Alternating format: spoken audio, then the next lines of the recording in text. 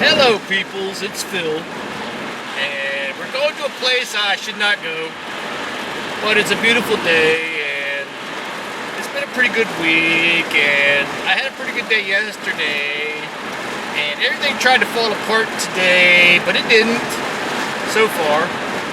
So I'm gonna go try to make it fall apart. No, I'm not.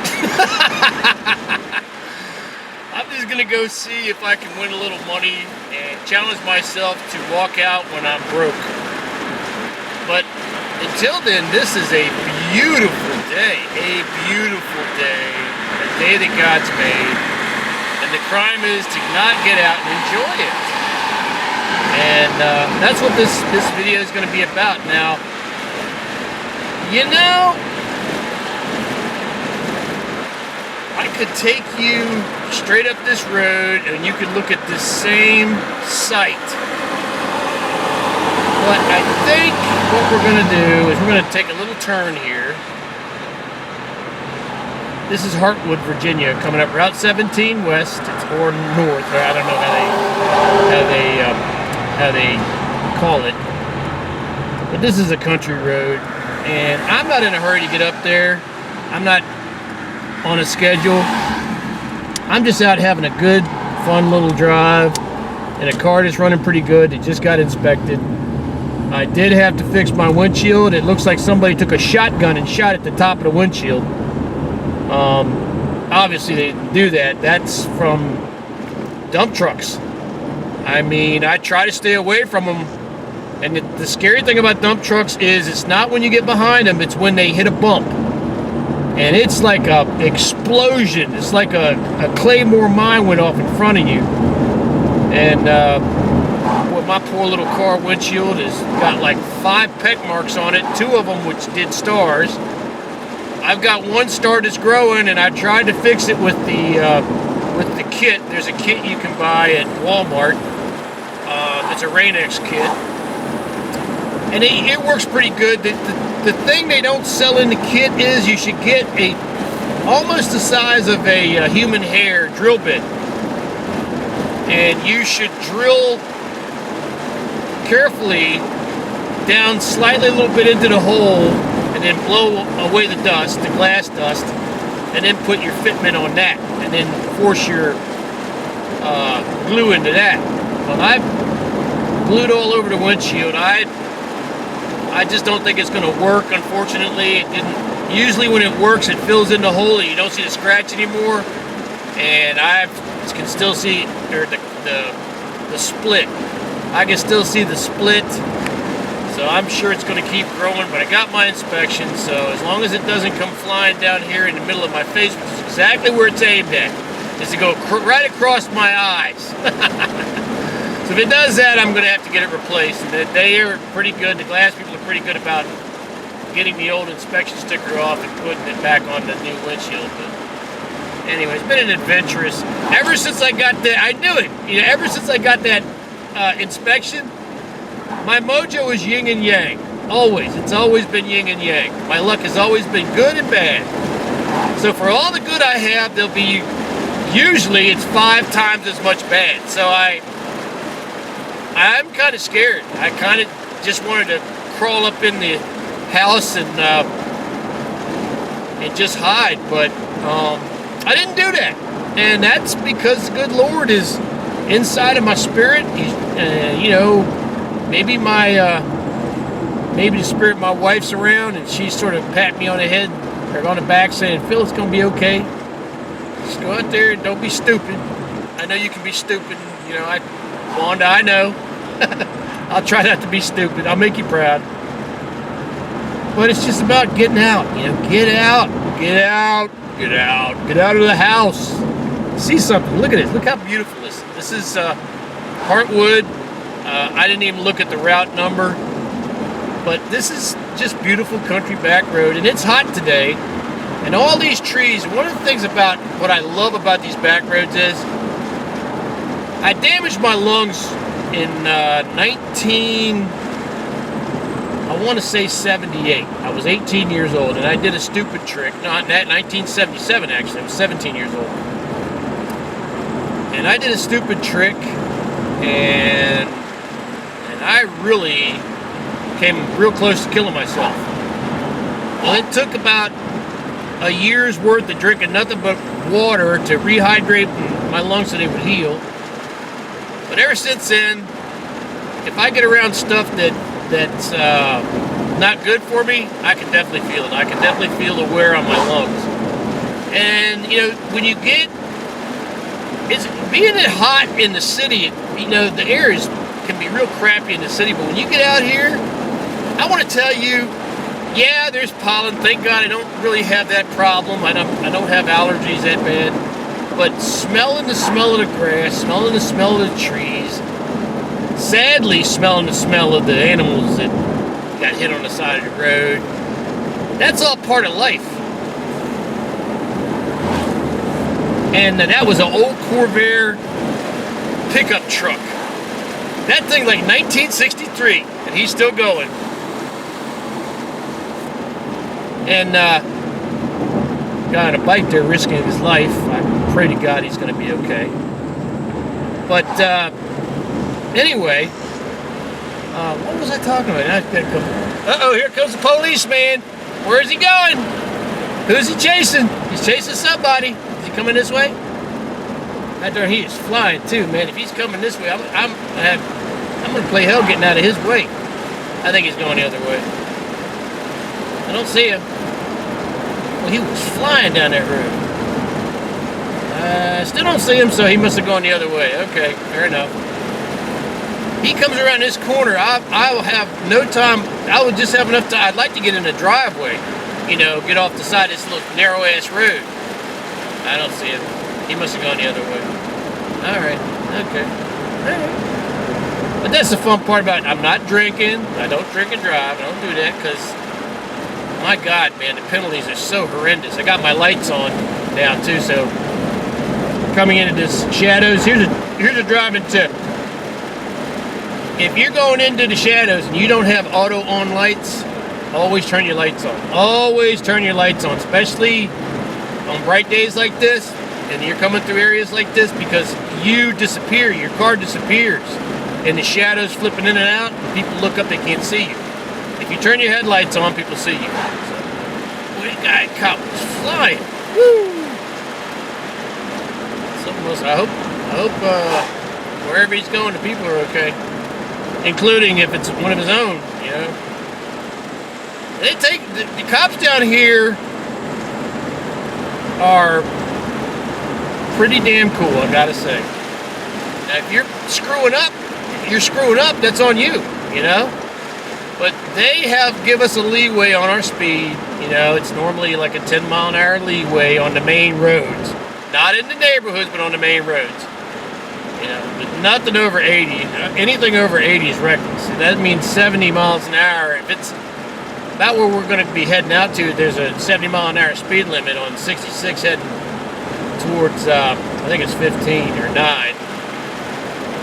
And that's only 10 miles an hour difference. And if you hit that 81 and they catch you on 81, that's reckless. And that's an entirely different world of ticket. I love this. I love these back roads like this. My wife and I used to cruise around these roads when we didn't have anywhere to go and we knew we didn't have time to take a vacation or something. I would get her. She loved her Diet Pepsi, which I wish we'd have made some unsweet tea with stevia with ice in it, you know, and brought a jug of ice with us, and you know, stevia or some other natural sweetener, but we didn't. But anyway, it was her Diet Coke. She loved her Diet Coke. She loved her little bag of Lay's potato chips, and she would nibble on them Lay's. She wouldn't devour them down. She would nibble on them Lay's potato chips for hours and take her little sips of Diet Pepsi. Yeah, even when it got warm, she'd drink her little Diet Pepsi, and we would just cruise around for hours. And I would actually, when it got warm, I'd go to the Wawa and I'd get a free cup and a cup of ice, and they'd let me get a free cup of ice, a small cup, and let me take that out to her, and you know, we'd just cruise around. But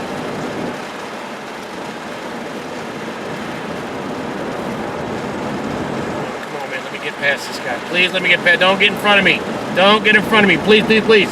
Got a horse trailer. You go real slow. Thank you.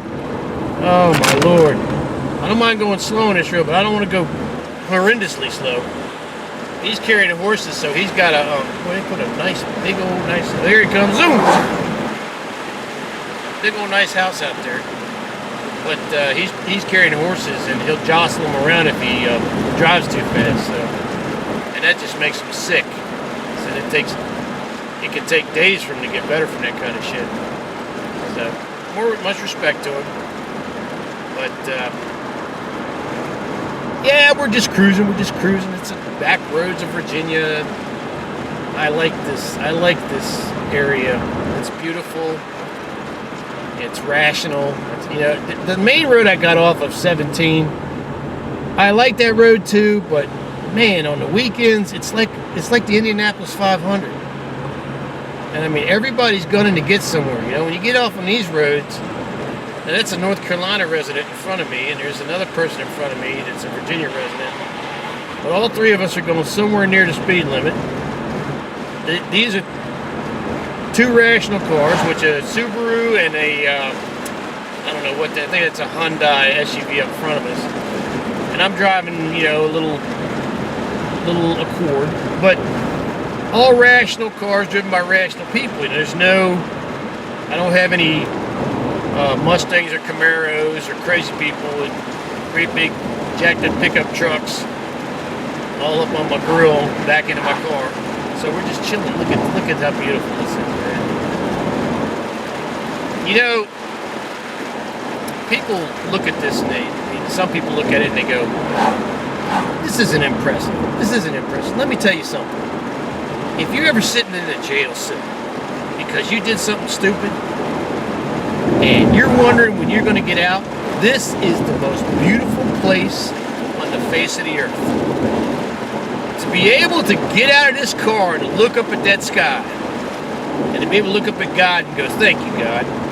That is fantastic. I mean, it doesn't take much to do something stupid and get jailed, especially if you like to speed in cars. That's what these guys that are on YouTube with these motorcycles that are doing 180, 190 miles an hour and they're cutting through traffic, they don't get it. The ones I'm watching are in Texas, and Texas has a very liberal policy because they don't want to have police cruisers that weigh, 2 tons chasing motorcycles that weigh, 450, 500 pounds with a 200-pound rider on them. So when a guy goes past them doing, 160 miles an hour, they have a tendency just to sit back, and they'll call ahead and see if they can catch the character.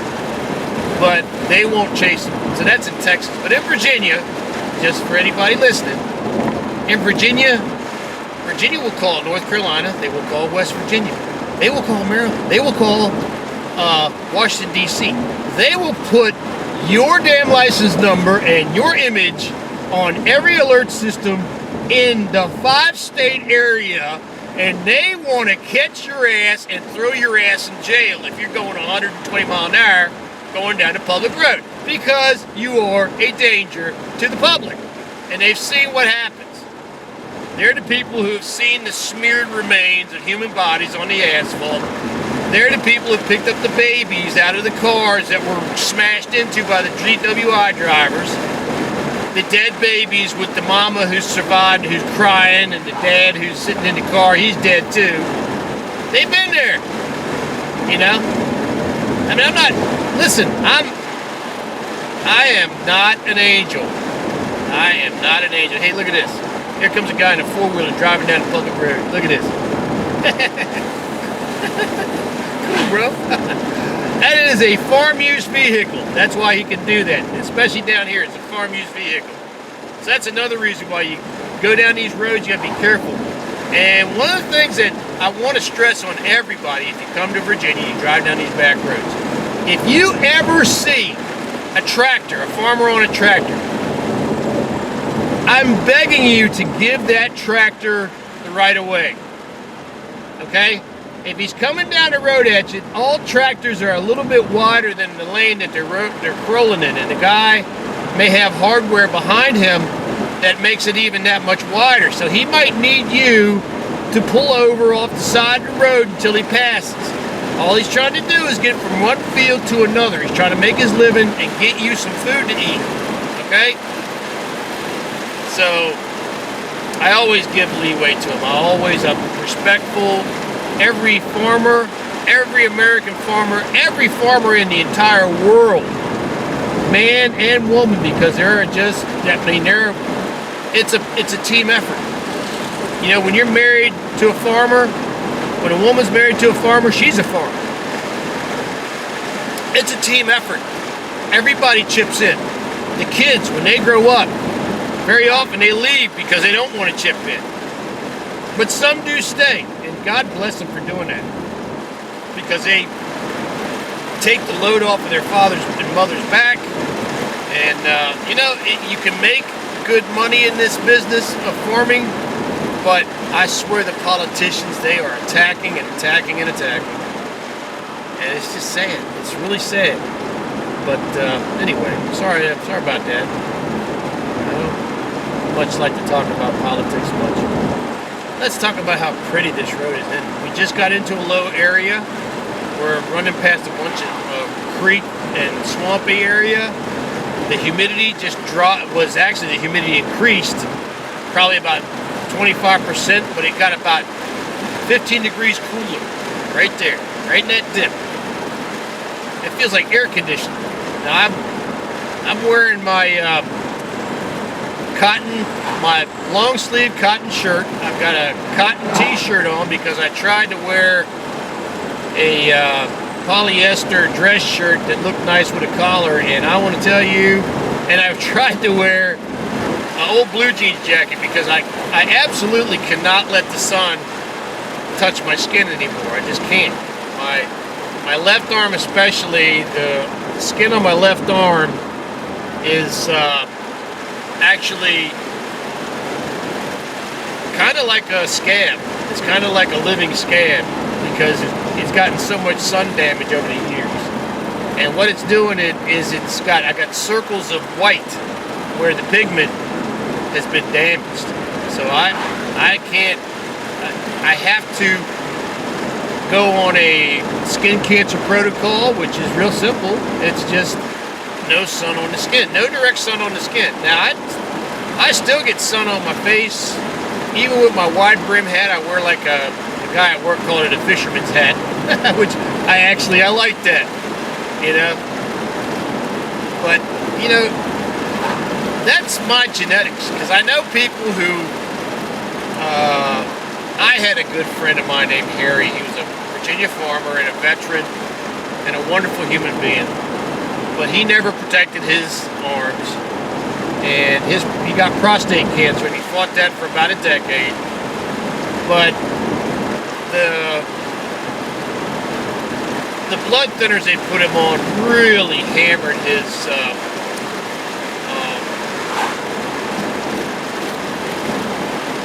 skin. It really messed him up because his skin got ulcers in it from the sun, and that wasn't just from the blood thinners. That was actually from all the sun exposure he got as a farmer. But I'll never forget what his arms looked like, and I felt so bad for him, and I said to myself, there's nothing you can, you got to accept that people's bodies are their own, and you don't have the right to say, you should this or you should that. No, you should, if you're going to address that subject, address it in private with him once and then let it go, which I did. I talked to him, and he was not happy about his arms, and we talked, and he talked about it, and I felt bad for him because he didn't deserve that. He his prostate removed, and when he had his prostate removed, they left the staples in his urethra. And he suffered with that for about 5 weeks. 5 weeks? Maybe 3 weeks. Because it was so damn painful. He just couldn't stand it. And he went to Washington, D.C. And the doctors looked at the x-ray, and they said, we will go to court for you if you want to sue that doctor. Because the doctor had left his urethra stapled shut, coming from his kidneys. The thing that came from your kidneys so you could pee.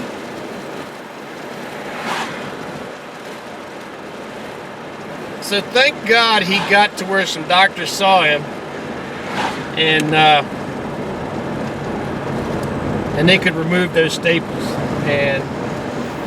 But that was just one thing. That was in the middle of his fight. That was like 4 years, I want to say, into his fight.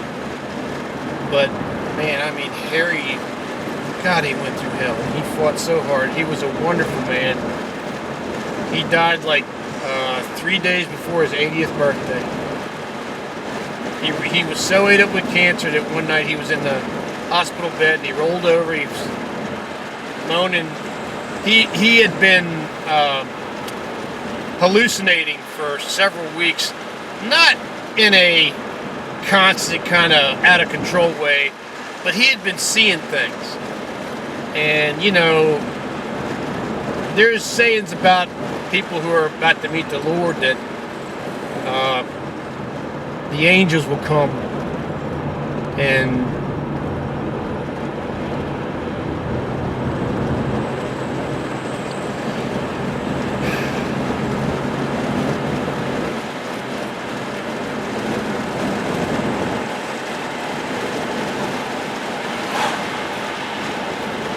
the angels will come and tell them they're coming for him, that they're coming to bring him home. And Harry saw my wife, and she said, "Wanda, you're an angel." And he said he saw a halo around her. And I mean, I felt that halo every day.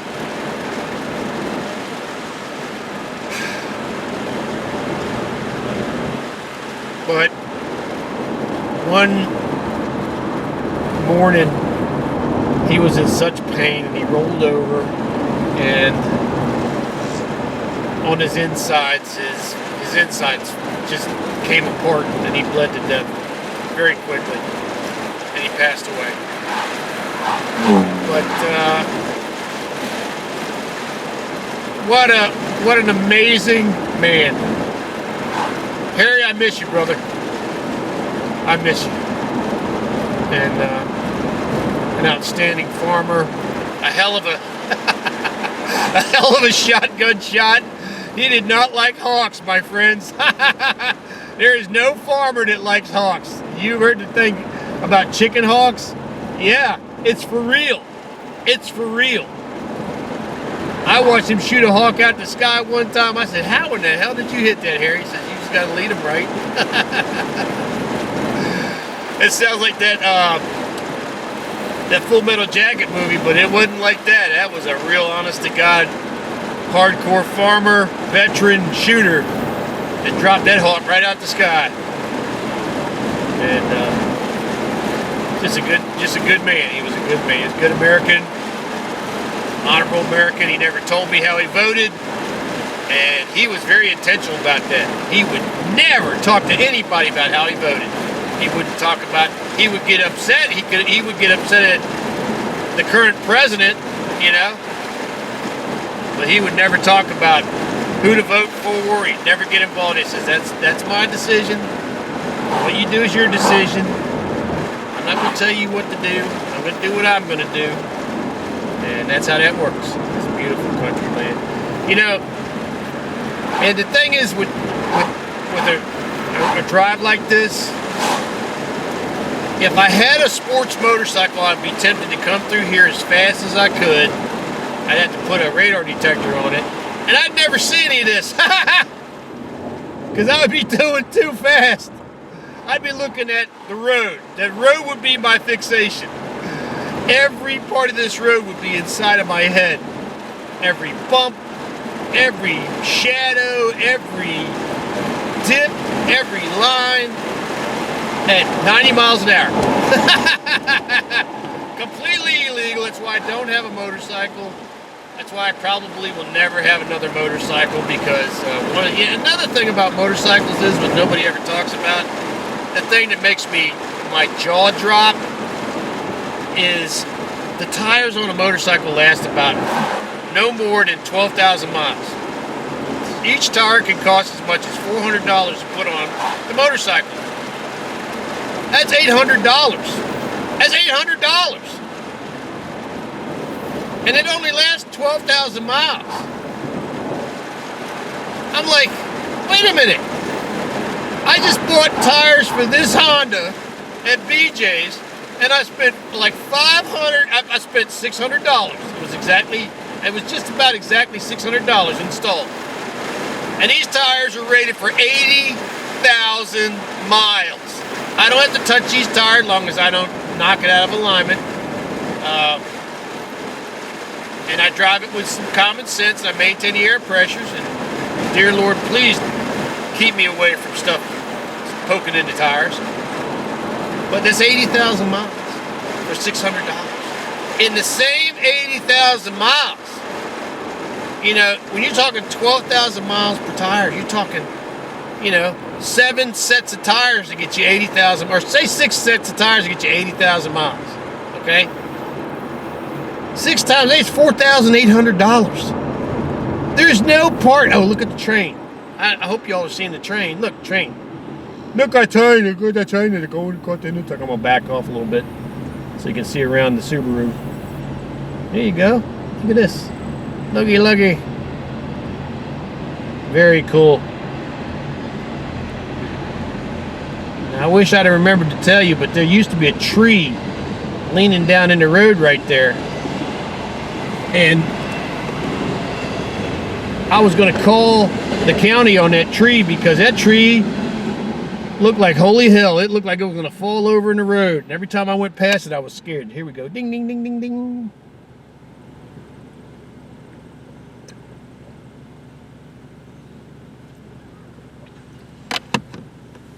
Always look. And I always take my time over train tracks, because this is not a pickup truck. Looking both ways. There's another train track here. I always look. I got my Apple phone turned on with my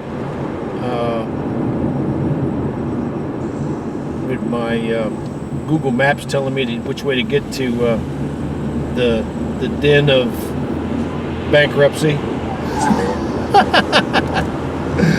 But like I said, it's not Charlestown's fault. Charlestown is a business, and they know how to entice you. They know how to. They had a lady who was following me around the casino, offering me deals. I was like, no, hey, look, here we go. Here comes our farmer. Here's where I get to prove whether I'm a man of my word. Here we go. I'm a man of my word. Here we go. The old Virginia farmer.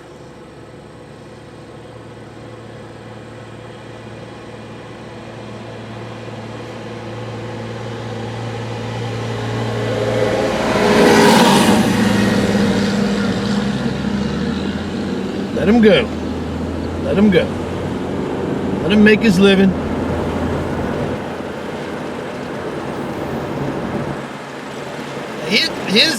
His rig, the double tires, he had taken one of the double tires off. I guess maybe, well, for one thing, if you don't need it, that's an extra set of tires you got to spend money on to maintain. But it also makes it a little bit less wide, but that axle was still sticking out there. But I just,